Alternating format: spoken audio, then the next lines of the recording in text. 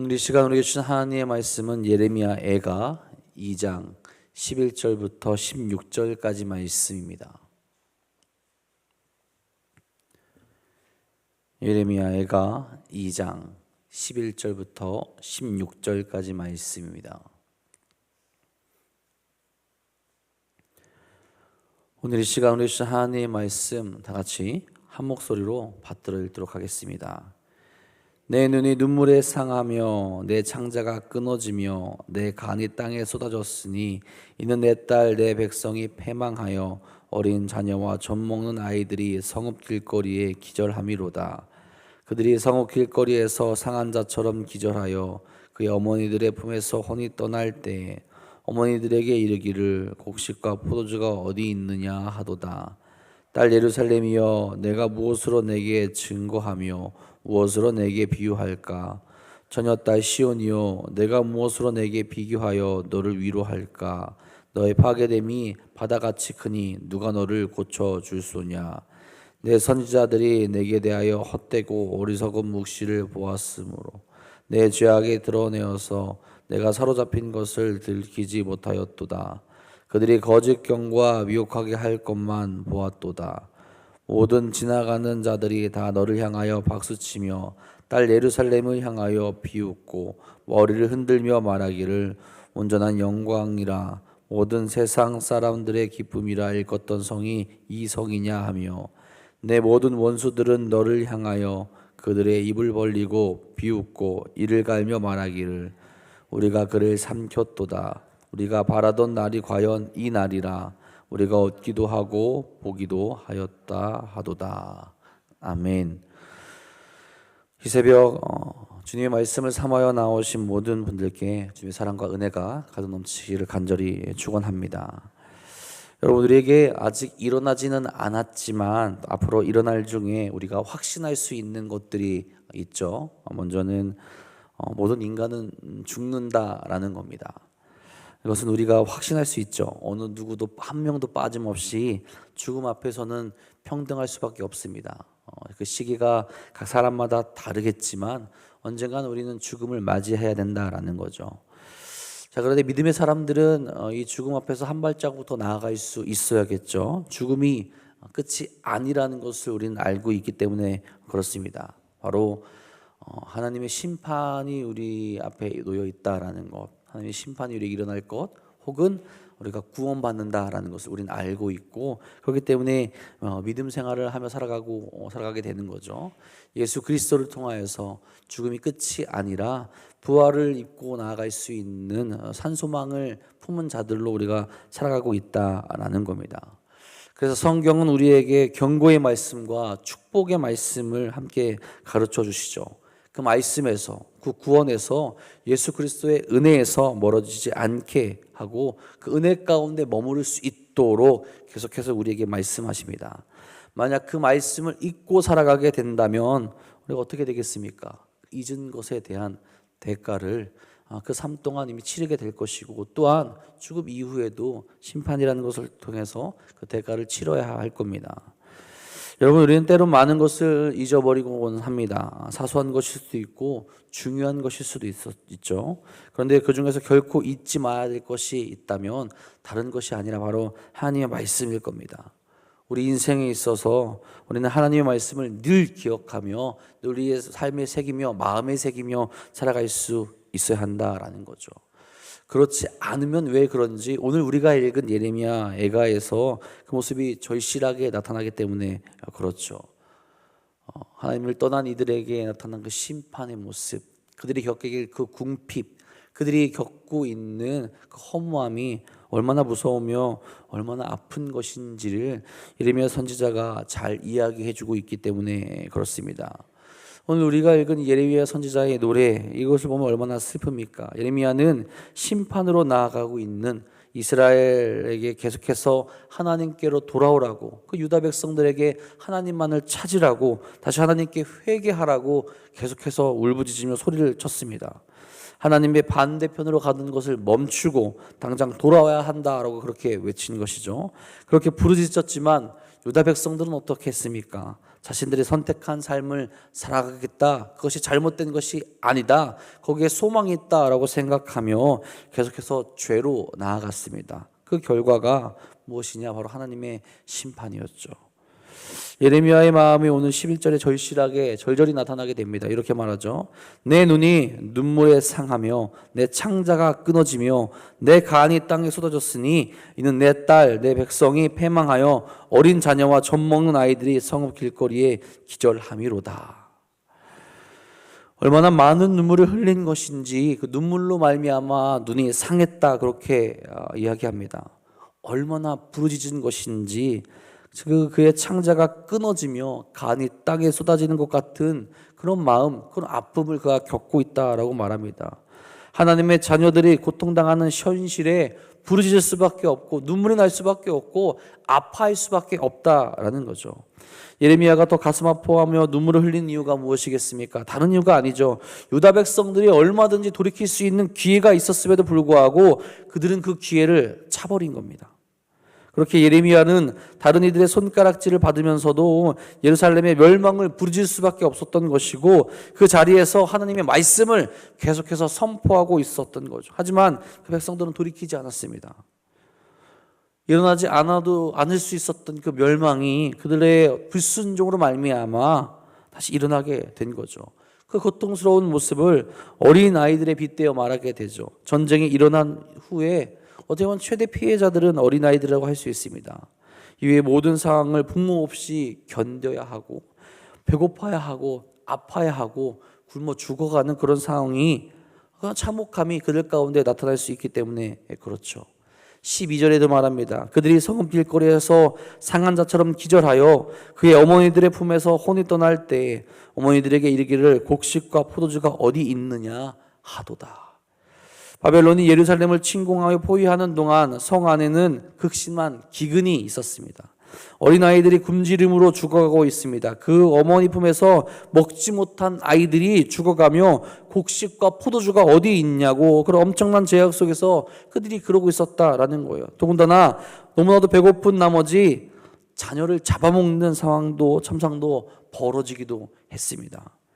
예레미야 선지자는 그들의 그 모습을 보며 창자가 끊어지며 간이 쏟아지는 아픔과 슬픔을 느낄 수밖에 없었다라는 거예요. 이 백성이 어찌하여 이런 지경에 이르렀는가?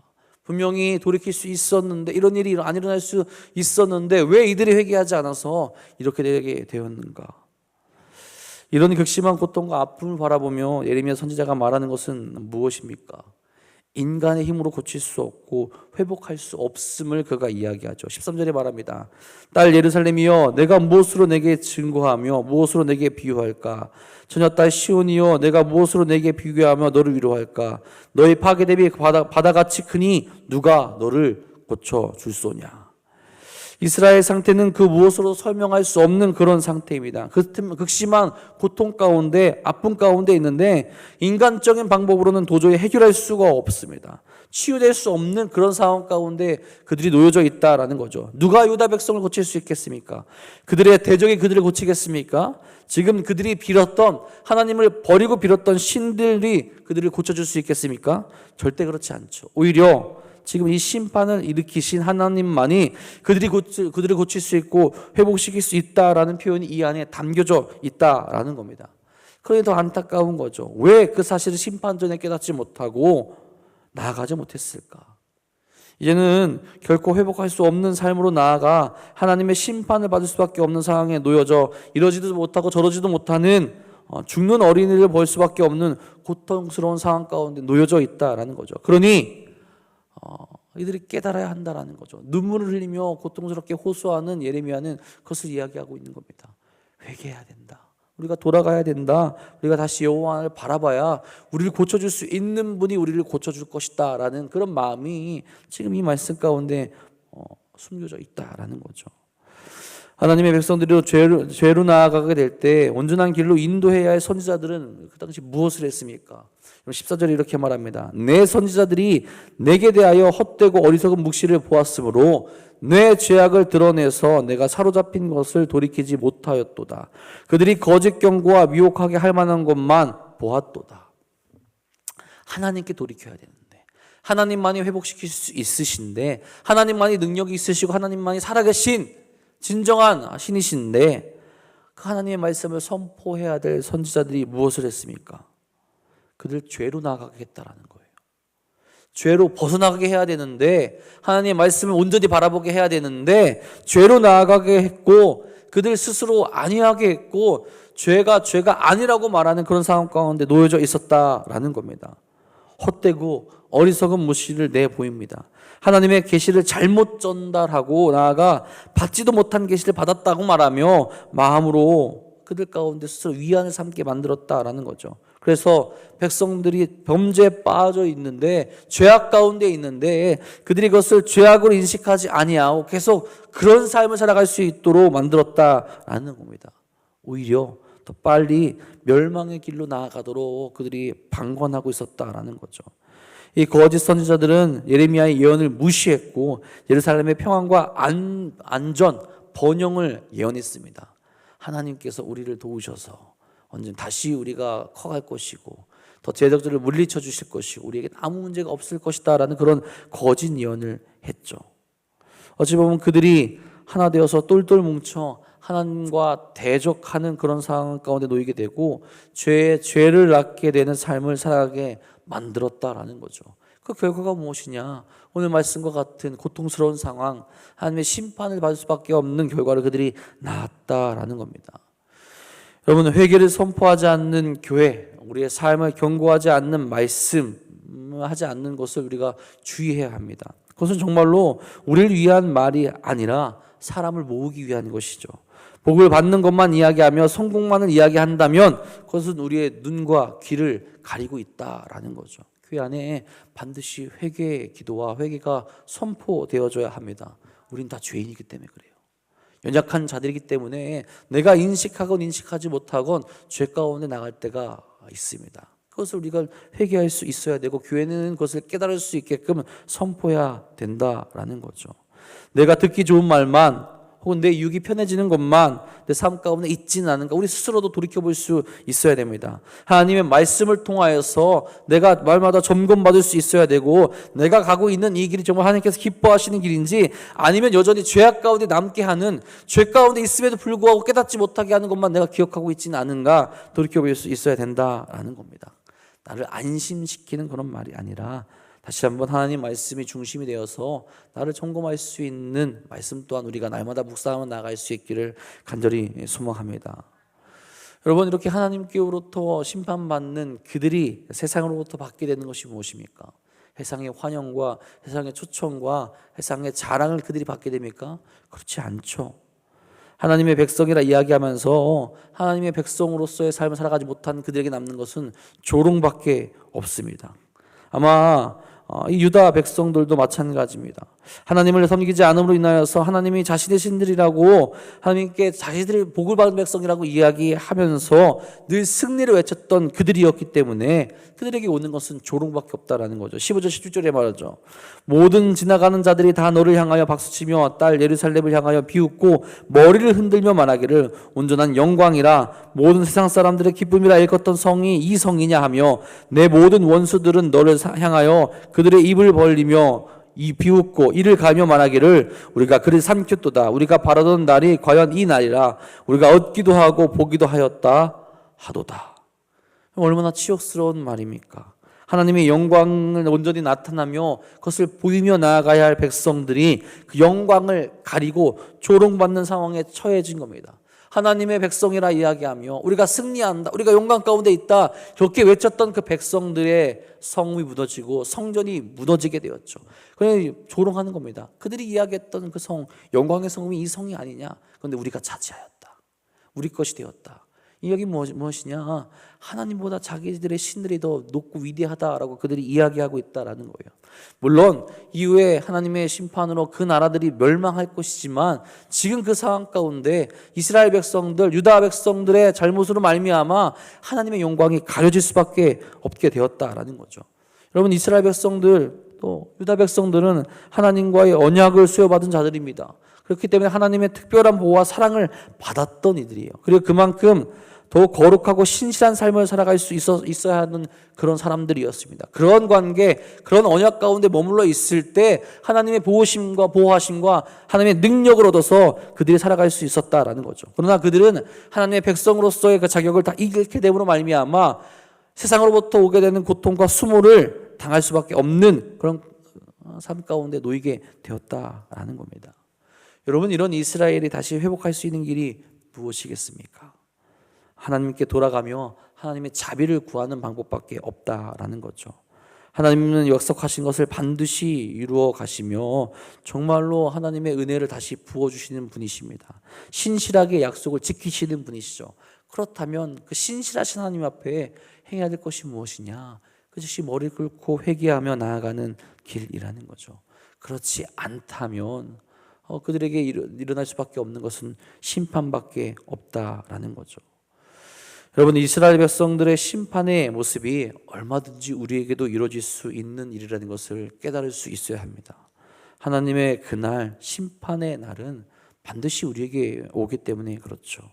예레미야가 슬퍼하고 안타까운 상황이 오늘 우리의 교회의 상황과 우리의 영적인 현실 가운데서 나타날 수 있다라는 거죠. 이미 교회가 세상의 조롱거리가 되고 비웃음거리가 된 상황이 많이 있지 않습니까? 또 그런 모습으로 나아갈 때가 있지 않습니까? 믿음을 지켜서가 아니라 도덕적으로 타락했기 때문에 비웃음을 당하는 경우가 많이 있다라는 거죠. 여러분, 우리의 삶이, 우리의 모습이 어떠합니까? 그 어떤 세상의 도덕적인 법보다 우리가 더 덕스러워야 되고 은혜로워야 되고, 그리고 하나님 앞에 거룩한 삶으로 나아가 그들의 존경과 그들의 환영을 받아야 되는데, 우리는 오히려 반대로 그렇지 못한 모습 때문에 오히려 세상의 조롱거리가 될 때가 있다라는 거죠. 하나님 앞에서 물론 우리가 실패할 때도 있고 어려울 때도 있겠지만, 우리는 날마다 그 말씀을 바라보며 우리 자신을 점검하며 나아갈 수 있어야 한다라는 겁니다. 그럴 때 다시 우리는 하나님 앞에 온전히 설 수 있게 되는 거고, 세상 가운데 하나님의 말씀을 선포할 수 있게 되는 것이고, 하나님의 말씀으로 말미암아 세상을 변화시킬 수 있는 길로 나아가게 된다라는 겁니다. 우리가 하나님의 날이 있음을 기억하고 있다면 우리는 다른 길을 선택해서는 안 됩니다. 그 날을 기억하며 승리의 날을 바라보며 우리가 온전하게 나아갈 수 있어야 된다라는 거죠. 슬퍼 울며 이를 가는 자들이 되는 것이 아니라 최후 승리를 바라보며 믿음 가운데 나아갈 수 있게 된다라는 거죠. 항상 기억하시기 바랍니다. 우리가 끝까지 따라가야 할 분은 이 세상의 길이 아니라 하나님 한 분밖에 없습니다. 그때가 이르기 전에 유다 백성처럼 하나님을 버리고 뒤늦게 후회하는 것이 아니라 지금 이 순간 잊었던 것을 다시 기억하고 계속해서 하나님만을 바라보며 거룩한 삶으로 나아갈 수 있기를 바랍니다. 세상에선 어리석어도 하나님 앞에선 거룩한 자들이 되어서 심판 앞에서 하나님 앞에 칭찬받고 하나님 나라에 살아가는 사랑하는 도난동교 성도님들 되시기를 간절히 바랍니다. 오늘도 그런 마음으로 나아가시면서 세상 가운데 승리하시는 귀한 삶을 살아가는 사랑하는 도난동교의 모든 분들 되시기를 주님의 이름으로 간절히 축복하고 축원합니다. 기도하겠습니다. 하나님, 오늘도 우리가 거룩한 길로 또 은혜의 길로 나아갈 수 있기를 간절히 소망합니다. 하나님 앞에 은혜를 먼저 받은 자들로서, 하나님의 약속을 먼저 바라볼 수 있게 된 자들로서 거룩한 삶을 살아갈 수 있도록 인도하여 주시옵소서. 세상을 부러워하는 것이 아니라 세상만을 바라보며 오직 우리 육이 원하는 것을 살아가는 것이 아니라 그 모든 것을 내려놓고 거룩한 삶으로 나갈 수 있는 일 될 수 있도록 역사하여 주시옵소서. 하나님의 말씀을 잊어서 우리가 살아가는 삶의 자리에서 슬피 울며 고통스러워하며 눈물을 흘리는 자들이 되는 것이 아니라 주 앞에 감사와 기쁨으로 고백하며 그 기쁨의 눈물을 흘릴 수 있는 자들 될 수 있도록 역사하여 주시옵소서. 하나님만을 바라보게 하여 주시옵고 하나님만을 통하여서 거룩한 삶을 살아갈 수 있도록 인도하여 주시옵고 이 세상의 모든 유혹 가운데 승리의 길을 갈 수 있는 우리 모두가 될 수 있도록 역사하여 주시옵소서. 오늘도 주 앞에 나와 부르짖으며 기도하게 됩니다. 주여, 사랑하는 이들의 기도에 응답하여 주셔서 살아계신 하나님을 다시 한번 경험할 수 있도록 인도하여 주시며 우리가 다른 것을 의지하지 아니하고 오직 주의 말씀만을 의지하며 승리 가운데 나갈 수 있도록 역사하여 주시옵소서. 주께서 오늘도 우리와 함께하여 주시며 거룩한 길로 은혜의 길로 인도하실 것 믿사오며 우리 사랑하신 예수님의 이름으로 감사하며 기도합니다. 아멘.